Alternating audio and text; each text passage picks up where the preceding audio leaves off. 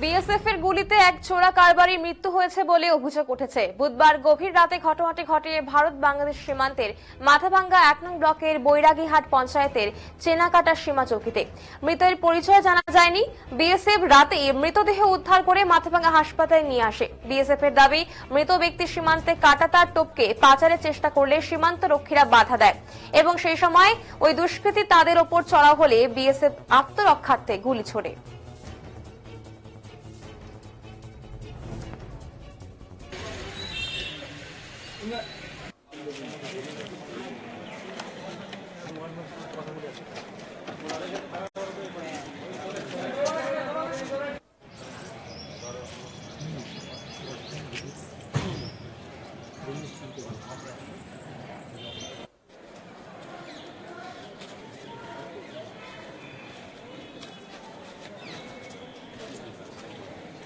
আজকে সকালে আমাদের কাছে ইনফরমেশন আছে বিএসএফ এর পক্ষ থেকে চেনাকাটা ডিওপি 156 বিএসএফ ব্যাটালিয়ান, সে একজন পুরা কারবারকারী, তারা বর্ডারে কাঁটাতারের কাছে আসে এবং সেখানে অন্যায়ভাবে কিছু কাজ করতে এসেছিলেন, ইলিগাল।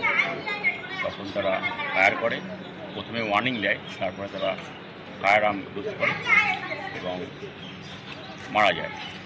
সেটাকেই সেখান থেকে বিএসএফের পক্ষ থেকে আমাদেরকে জানানো হয় এবং মাথাভাঙ্গা সাব ডিভিশনাল হসপিটালে পরবর্তী যে প্রসিডিউর এবং পোস্টমর্টেম করার জন্য এখানে নিয়ে আসা হয়।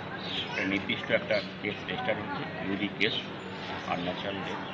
বাদ বাকিটা তদন্ত চলছে। কোথাকার যে মারা গেছে তা কোথাকার? প্রাথমিক তদন্তে যেটা উঠে আসছে, যিনি মারা গেছেন বাংলাদেশের নাগরিক, এটুকুই আমরা জানতে পেরেছি।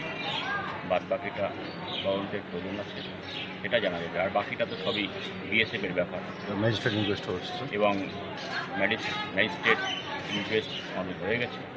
পরবর্তী যে আইনগতগত ব্যবস্থা সেটা আমরা নিচ্ছি এবং যেহেতু এটা বিএসএফের ব্যাপার, তারা পরবর্তী যাদের প্রোটোকল আছে, ইন্টারনাল প্রোটোকল, তারা সেটা মেনটেন করছে।